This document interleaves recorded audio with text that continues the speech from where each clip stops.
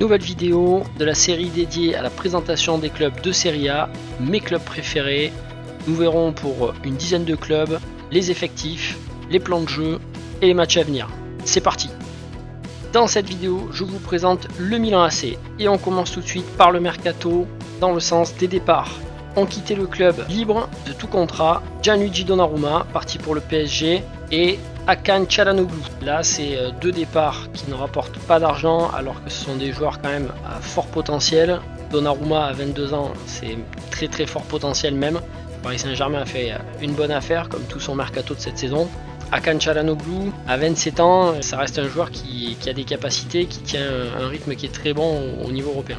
Est parti également Diego Laxalt qui a souvent été en prêt, ils en ont obtenu 3,5 millions, c'est pas mal quand même d'avoir un petit peu d'entrée d'argent. Ensuite il y a eu énormément de prêts, le Milan AC en renvoyant en prêt encore Mattia Caldara qui joue peut-être sa dernière chance du côté du Venezia. Pobega, à mon avis, ils vont regretter de l'avoir prêté, surtout si départ il y a Franck Kessié. Également, ils ont prêté Colombo. Alors l'avant-centre, il est en train de bien déménager cette saison. Du coup, ils ont acheté Pietro Pellegrini, mais je pense que Colombo, même s'il n'a que 19 ans, il aurait aussi pu faire l'affaire.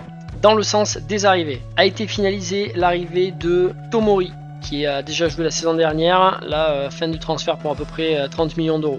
Est arrivé, et ça c'est la très bonne opération quand même, Mike Maignan, qui à mon avis a le potentiel pour être le gardien numéro 1 en équipe de France, a quitté Lille, champion de France, pour rejoindre le Milan AC et il fait un très bon début de saison. Il n'a coûté que 13 millions d'euros, et je dis bien que 13 millions d'euros car je pense que vu les débuts de saison qu'il fait, il est prometteur.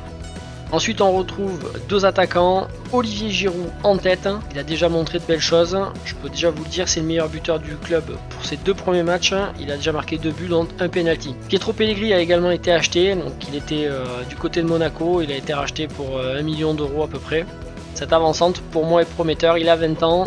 Arrivé finalisé pour Sandro Tonali qui a accepté de baisser son salaire. L'achat a été finalisé puisqu'il était en prêt avec option d'achat. On a Messias, on a Bakayoko et surtout on a Brahim Diaz, le numéro 10 désormais qui est en prêt, prêté par le Real de Madrid. Brahim Diaz, pour moi c'est le joueur qu'il faut impérativement garder dans ce Milan AC. C'est vraiment le trequartista comme on aime. Il est dynamique, il est volontaire et il est surtout très créatif. On note aussi dans les arrivées l'arrivée de Florenzi. Verrons comment il va s'intégrer au jeu. Peut-être qu'il va jouer un petit peu plus haut que ce qu'il a pu jouer jusqu'à maintenant, de jouer défenseur droit, peut-être qu'il jouera ailier droit.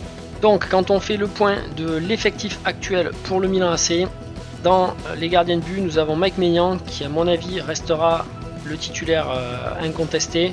Tatarusanu, lui c'est le gardien, toujours un vieux gardien dans les effectifs, c'est lui. Alors je dis vieux, faut pas exagérer, mais c'est vrai que Tatarusanu il a 35 ans, pas quand même dans les top gardiens qui jouent en Serie A. Alessandro Pizzari, j'aimerais beaucoup qu'il continue à progresser parce que c'est un gardien qui a montré de belles choses il y a quelques années. Là il se laisse un petit peu vivre peut-être, ou c'est peut-être parce qu'on le voit moins ayant été prêté à Regina. Voilà, il a 21 ans, à mon avis il peut montrer de belles choses ce gardien dans l'avenir. Pour la défense centrale, ici on retrouve en titulaire Simon Kjær et Tomori. Je suis triste pour moi de ne pas voir Alessio Romagnoli et j'espère qu'on le reverra rapidement aux côtés de Kjær, voire dans une défense à 3. Mais vraiment Alessio Romagnoli, le mettre sur le banc, là je suis triste. De toute façon je pense qu'il partira s'il reste dans cette position. Il reste un remplaçant aussi, un jeune qui monte, c'est Matteo Gabbia, il a 21 ans et il progresse systématiquement. J'ai trouvé ses dernières apparitions assez rassurantes. Il faut qu'il joue pour pouvoir continuer à s'installer, à prendre de la confiance. Sur les défenseurs latéraux, là ça ne court pas les rues. Pour moi les défenseurs latéraux de grande qualité, il y en a peu, il y a quasiment que les titulaires, c'est-à-dire côté droit Davide Calabria qui est peut-être en train de faire la grosse saison qui lui manquait. Très bien commencé, il a bien fini la saison dernière, il prend le brassard de capitaine d'équipe.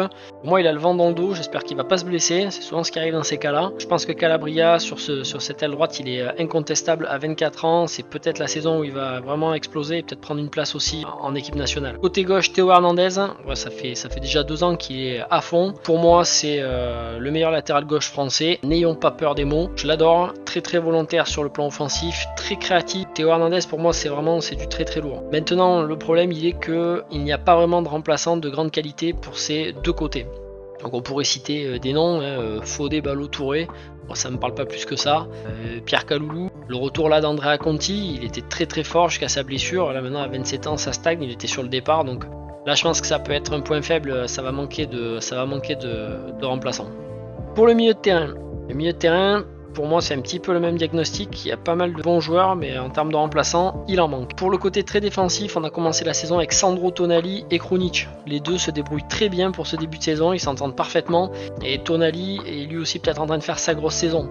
Capitaine d'équipe avec les U21 de la sélection italienne, il a marqué un coup franc direct, plus précis que jamais dans ses passes longues, passes courtes, et Krunic il monte de l'agressivité et beaucoup de dynamisme qu'il avait un petit peu perdu ces dernières saisons. Ensuite on retrouve Bennacer, Kessié qui ont été souvent des titulaires, donc je suis pas un grand fan de Bennacer et encore moins de Kessié maintenant de chipoter pour un départ. Je n'ai pas du tout ces attitudes en fait des joueurs qui respectent pas les clubs, ils les ont aidés à monter et à se montrer. Là c'est un petit peu facile de tirer sur le Milan AC, après le joueur il a sa carrière à mener, je peux l'entendre.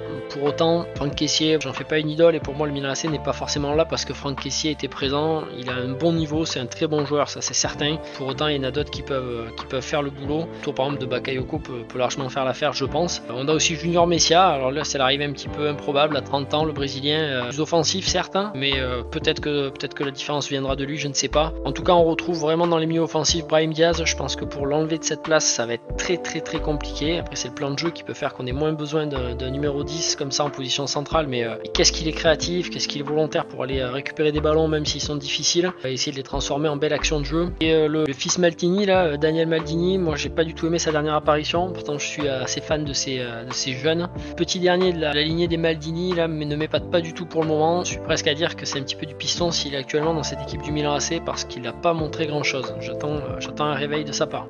Pour l'attaque, on va commencer par les ailes. On retrouve principalement sur le côté droit Selmakers, international belge, je le trouve très fort. En remplaçant de son côté, on aurait Castillero, mais qui sera potentiellement sur le départ. Pas vraiment de grosses options côté droit. Bon, pour le moment, il est là. Sam Castillero, c'est un bon joueur, mais pour moi, il n'est pas à la hauteur d'un Selmaker qui est plus jeune et dynamique. Castillero, il est parfois un peu imprécis. Après, il a déjà montré de belles qualités. Peut-être qu'il va revenir.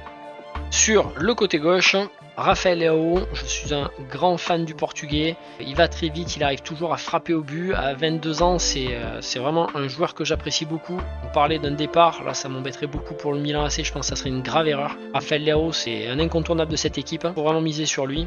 En doublure, on a Ante Rebic, peut être très polyvalent, mais qui peut jouer comme ça sur sa tête gauche. Le Croate de 27 ans, il est fiable, c'est une valeur sûre. J'ai pas l'impression qu'il monte en régime pour le moment, et ça stagne un petit peu de son côté, mais ça reste une valeur sûre, et heureusement qu'il fait partie de l'effectif. Heureusement pourquoi ? Parce qu'ensuite on a deux avant-centres qui ont des kilomètres au compteur, et je suis curieux de les voir jouer ensemble, vraiment, ça c'est le binôme de choc, je pense que toute personne vous allez voir jouer ensemble, c'est le Ibracadabra, Zlatan Ibrahimovic avec Olivier Giroud, tous les deux en même temps sur l'attaque, ça peut peut-être faire quelque chose de complètement fou. Giroud là je le trouve rajeuni, vraiment content d'être là, je pense qu'il retrouvera sa place en équipe de France s'il envoie autant qu'il a envoyé sur les deux premières rencontres. Il mérite pour moi d'être titulaire devant Zlatan, déjà d'une parce que Zlatan il va falloir de toute façon malgré tout l'économiser pour l'avoir vraiment pour les meilleurs matchs.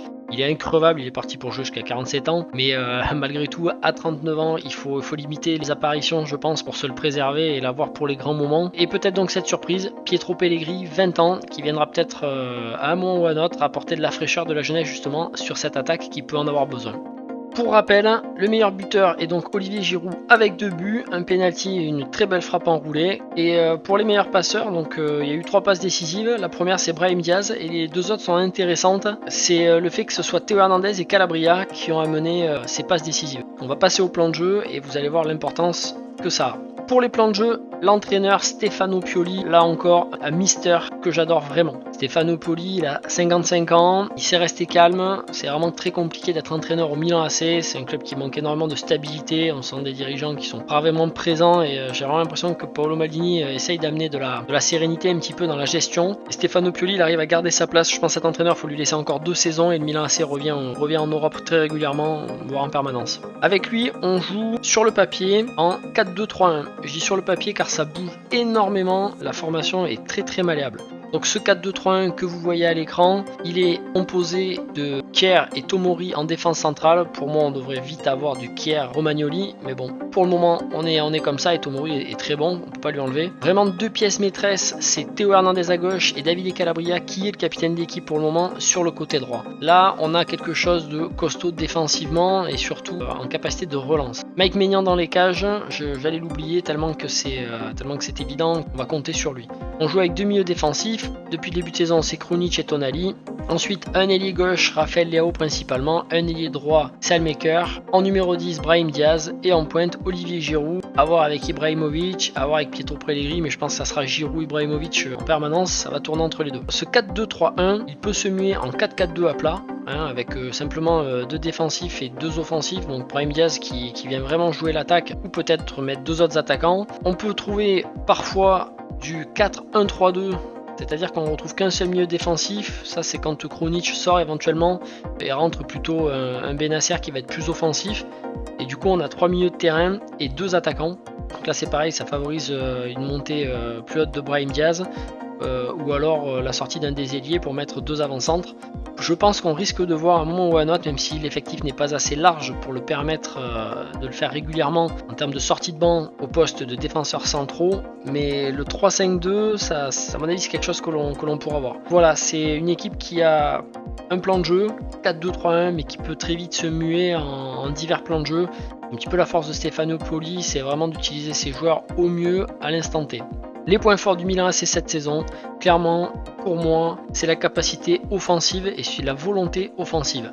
On a une équipe qui se projette vers l'avant, le danger peut venir d'à peu près tous les postes. Les défenseurs latéraux, clairement, dans leur montée, ils sont incisifs, ils sont en permanence en train de proposer des solutions, que ce soit vers l'intérieur, vers l'extérieur, le long de la ligne de touche, rentrer quasiment dans les 16,50 m. On retrouve des milieux défensifs qui viennent toujours proposer des solutions et tenter des frappes de loin.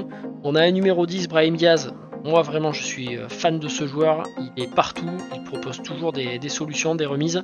Et le trio offensif, que ce soit Leao, Salmaker, c'est capable de faire de belles frappes, surtout Leao, vraiment ça court très vite, ça peut frapper dans n'importe quelle position, ça cadre pas mal. Et devant ses avant-centres, Olivier Giroud, Zlatan Ibrahimovic, là on a une équipe qui est orientée pour moi vers l'attaque, c'est son gros point fort. Avec un très bon gardien qui pourrait être le deuxième point fort. Le point faible, eh bien ça va être paradoxal, mais pour moi le point faible de cette équipe c'est son côté offensif. Orienté sur l'attaque, cela peut poser problème lorsque l'équipe doit revenir en défense sur un contre violent et rapide de l'adversaire. On les voit en difficulté sur plusieurs actions parce que tout simplement tout le monde est monté. Quand la passe est ratée, quand il y a une récupération qui se fait, là le bloc derrière il a beaucoup de travail et vraiment Simon Kier et Tomori à ce stade c'est vrai qu'ils défendent bien leur place. Maintenant il va falloir voir contre des grosses écuries ce que ça va donner. Dernière partie de cette vidéo, on va faire le point sur les matchs qui attendent le Milan AC pour ce mois de septembre. Premier match le 12 septembre, Milan AC Lazio de Rome. Là on va avoir un gros match pour les deux équipes, de toute façon c'est le grand test. On rentre sur un match à domicile pour le Milan AC. Ils ont la capacité offensive, on sait que la Lazio dans les premières minutes prennent souvent un but. Maintenant la Lazio c'est pour moi plus stable, peut-être plus fiable et je pense que la Lazio peut faire quelque chose sur la pelouse du Milan AC. Pour autant, je mise sur une victoire du Milan AC pour ce match. Ensuite, le Milan va se déplacer à Liverpool. Là, ça va être à mon avis très compliqué d'aller battre Liverpool sur sa pelouse. La capacité à défendre et à tenir un score me paraît peu probable. Donc je crois que dans tous les cas, la meilleure défense pour le Milan sera l'attaque. Mais là, j'avoue que je les vois perdants. Ensuite, Juventus, Milan AC, sur le stade de la Juve. C'est triste pour la Juventus, mais je pense que le Milan AC va faire sensation. La seule chose qui peut vraiment, et qu'il faudra définir au moment du match, c'est l'effort qui aura été donné sur le match contre Liverpool, voir quels sont les joueurs encore disponibles et pas trop fatigués pour jouer contre la Juventus. Là, ça peut avoir vraiment une importance. Je pense que le Milan AC, en Coupe d'Europe, ils vont jouer lourd. Ensuite, Milan AC, Venezia. Là, ça sera le match où le Milan devrait exploser Venise. Déplacement ensuite à la Spezia Calcio, le 25, là beaucoup de matchs qui s'enchaînent. Je pense que le Milan parviendra à faire quelque chose à la Spezia Calcio, je les vois gagnants. Et enfin, Milan AC, Atlético Madrid. Là, même si on joue à la maison, je serais très surpris de voir le Milan s'imposer. Je dis vraiment l'Atlético Madrid actuellement, ils sont très forts, ils ont plein de qualités, on pourra en parler longuement. Donc voilà, je pense que pour le Milan ça sera très difficile, peut-être accrocher un match nul, mais ça sera très compliqué ce match-là pour le Milan AC.